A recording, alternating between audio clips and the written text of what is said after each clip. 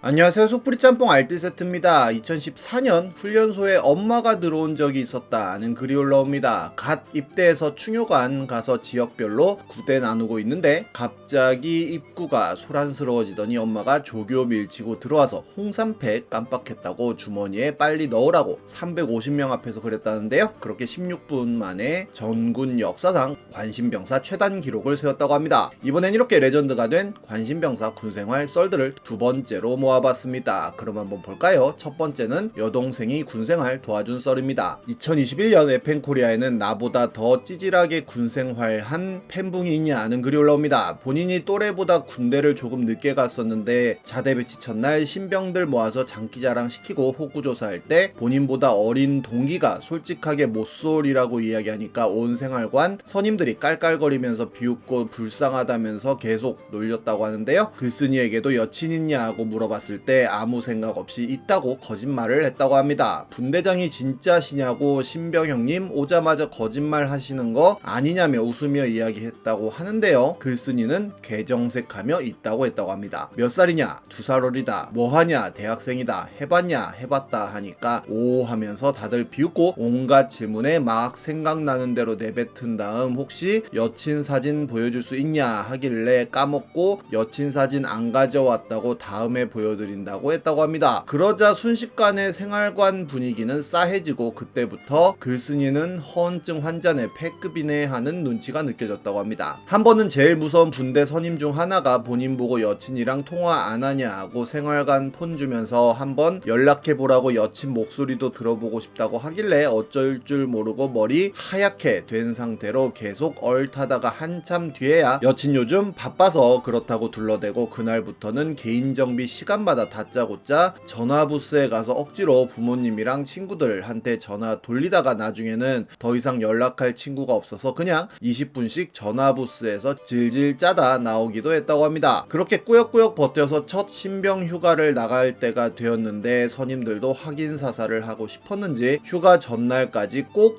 여친이랑 찍은 사진 가져와 달라 하고 나중에는 면회도 와달라고 하길래 첫 휴가날 집 갈 때까지 버스에서 울면서 갔다는데요. 그래놓고 부모님 앞에서는 군생활 적응 잘한 척, 선임들한테 사랑받는 척, 남자다워진 척, 센 척만 겁나 하다가 또 잘 때 이불 뒤집고 쳐울기를 반복했다고 합니다. 그렇게 휴가 마지막 날에도 집에 아무도 없길래 혼자서 깡소주 먹으면서 울고 있는데 그 모습을 여동생에게 보여줘 버리고 말았다는데요. 동생은 글쓴이를 보자마자 똑같이 울면서 뭐가 힘든지 말해보라 하고 본인이 여친 있다고 거짓말했다가 관심병사로 찍힌 상태고 너무 힘들다고 다 솔직하게 말했다고 합니다. 동생이 한숨을 쉬더니 본인이 도와준다고 했다는데요. 글쓴이는 그저 고맙다고 그 소리만 하고 또 질질 짜다가 잤다는데 아침 되자마자 동생이 겐톡으로 일찍 준비해서 나오라 하더니 사진관 데려가서 억지로 친한 척 해주면서 스티커 사진 찍어서 출력해주고 잘 나왔던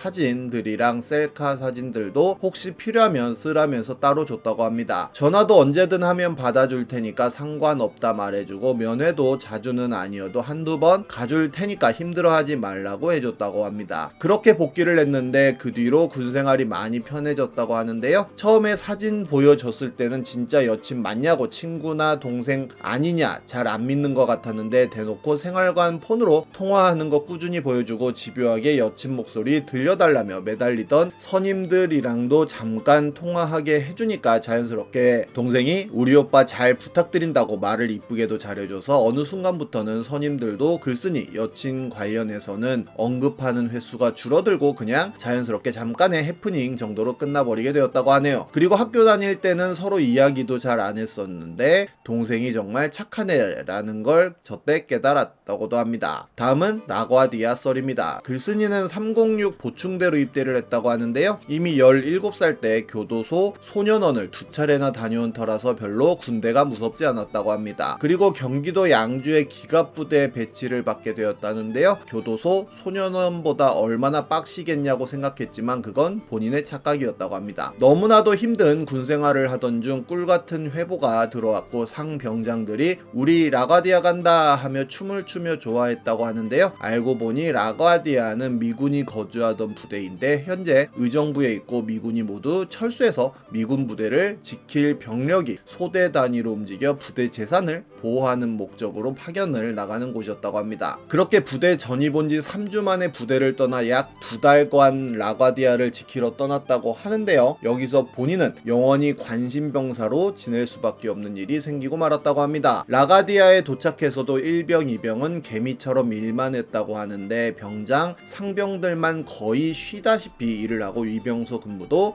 이병들은 하루 3번씩 나갔다고도 합니다. 그렇게 그는 라과디아 일주일 만에 자대가 그리워졌다고 하는데요. 유독 글쓴이를 좋아했던 상병 선임이 있었는데 그와 위병소 근무를 함께 선 적이 있었다고 합니다. 그런데 선임이 여기 라과디아에 보물이 숨겨져 있는 거 아니야 라고 말하는데 무슨 헛소리인가 생각하다가 무슨 보물입니까? 잘 모르겠습니다 라고 하니 선임은 이곳 라과디아는 비행기 활주로가 있는 거대한 미군 기지고 땅속에 활주로에 들어갈 전력선인 구리선이 가득 묻혀 있다는 거다 라고 말했다고 합니다. 그리고 본인과 함께 구리선을 찾아 바로 옆 고물상에 넘기자는 제안을 해왔다는데요. 확인은 해보셨습니까? 라고 물어보니 같이 찾아보자고 했다고 합니다. 그렇게 예스라고 했고 다음날부터 그 선임과 글쓴이는 구리선을 찾아서 라과디아 캠프를 조사했다고 합니다. 그러다 일렉트릭이라고 적힌 맨홀 뚜껑을 발견했고 그 맨홀 뚜껑을 열고 아래를 보니 정말로 엄청난 양의 구리선이 묻혀 있었다는데요. 팔뚝만한 두께의 구리선들이 약 50m씩 있었고 한 줄기당 약 100kg는 되어 보였으며 희한하게도 절단이 되어 있었다고 하는데 선임과 글쓴이가 힘들게 한 가닥을 뽑아냈는데 그 무게가 엄청났다고 합니다. 그리고 대충 최소한으로 계산했을 때 약 300만원 정도를 만질 수 있겠다는 촉도 썼다는데요. 일단 맨홀 뚜껑을 다시 덮고 누가 볼까봐 자리를 이동하다가 또 일렉트릭이 적힌 맨홀 뚜껑이 보였는데 지렛대를 이용해서 뚜껑을 개봉하니 더 많은 구리선이 잠재되어 있었고 그렇게 맨홀 뚜껑은 끊임없이 나왔다고 합니다. 구리를 돈으로 환산했을 때 5천에서 1억 이상 금액이기에 둘은 회제를 불렀다고 합니다. 둘이서는 힘들 것 같아서 본인의 아버지 군번 한 명을 더 섭외하였고 병장이 망을 보고 선임은 작업과 소대원들을 분산하여 작업 위치에 인원이 못 들어오게 차단하고 글쓴이는 2등병이라 구리선 빼고 탄약고로 옮기는 힘쓰는 작업을 했다는데요. 한 가닥에 약 60kg였는데 그걸 15분 동안 질질 끌고 가는 작업을 일주일 동안 18번 했다고 합니다. 그런데 어느 날 보니 구리선이 16개밖에 없었다고 하는데요. 그리고 그 선임은 글쓴이에게 5만원을 주면서 맛있는 걸 사 먹으라고 했다고 합니다. 그때 이 사람들이 날 이용만 해먹고 본인들이 빼먹었다는 사실을 알게 되었다고 하는데요. 그렇게 선임들은 돈을 흥청망청 쓰며 PC방을 갔다고 하는데 선임 2명이 모두 PC방으로 놀러간 시간 베일병이라는 선임과 새벽 근무를 섰고 이런저런 얘기를 나누던 도중 그간이 있었던 일을 모두 베일병에게 말해버렸다고 합니다. 그러자 베일병은 하기 싫은 건 억지로 하지 말라며 그런 건 선임이 시켜도 안 해도 된다는 이야기를 해줬다는데요. 그렇게 그는 더 이상 어깨가 아파서 못하겠다는 핑계로 구리선 일을 하지 않았고 본인이 이탈을 하고 작업할 인원이 부족하자 작업은 중단되었고 다시 내리갈굼이 시작됐다고 합니다. 하지만 베일병이 그 선임에게 접근하여 같이 작업할 것을 요구했다고 하는데요. 그렇게 협상이 타결돼 본인이 18줄 작업한 구리선을 철조망을 뚫고 타령을 해서 고물상에게 팔아 900여만 원을 받은 후 글쓴이에게 30만 원을 줬다고 합니다. 본인에게 입막음용으로 30만 원을 줬다는 것으로밖에 안 받아들여졌고 어마어마하게 화가 났다고 하는데요. 결국 그렇게 라과디아 생활은 끝이 나고 자대로 돌아오게 되었는데